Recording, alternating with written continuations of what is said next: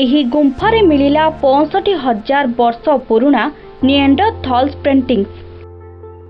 ଅଧ୍ୟୟନରୁ ଜଣାପଡ଼ିଲା ଅନେକ ତଥ୍ୟ। ଦକ୍ଷିଣ ସ୍ପେନ୍ର ମାଲାକା ନିକଟସ୍ଥ ଅଡେଲ୍ସ ଗୁମ୍ଫାରେ ବୈଜ୍ଞାନିକମାନଙ୍କୁ ପାଖାପାଖି 65,000 ବର୍ଷ ପୁରୁଣା ପେଣ୍ଟିଂସ୍ ମିଳିଛି।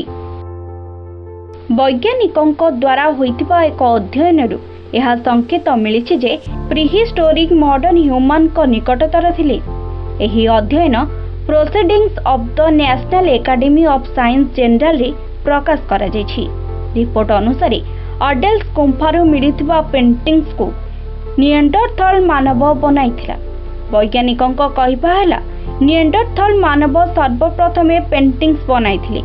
ଅଧ୍ୟୟନ ମୁତାବକ 65,000 ବର୍ଷ ପୂର୍ବେ ଯେବେ ଏହି ପେଣ୍ଟିଂସ୍ ବନାଯାଇଥିଲା, ସେହି ସମୟରେ ଆଧୁନିକ ମାନବ ଦୁନିଆରେ ନଥିଲେ। ନିଆଣ୍ଡରଥଲ୍ ମାନବ ହୋମୋସାପିଏନ୍ସଙ୍କ ପୂର୍ବଜ ହୋଇପାରନ୍ତି। ଯଦିଓ ପୂର୍ବରୁ କୁହାଯାଉଥିଲା କି 40,000 ବର୍ଷ ପୂର୍ବେ ନିଆଣ୍ଡରଥଲ୍ ମାନବର ବଂଶ ବିଲୁପ୍ତ ହୋଇଯାଇଥିଲା, ଷ୍ଟଡିରୁ ଜଣାପଡ଼ିଛି କି ଗୁମ୍ଫାରେ 15-20,000 ବର୍ଷ ପର୍ଯ୍ୟନ୍ତ ପେଣ୍ଟିଂସ୍ ବନାଯାଇଥିଲା।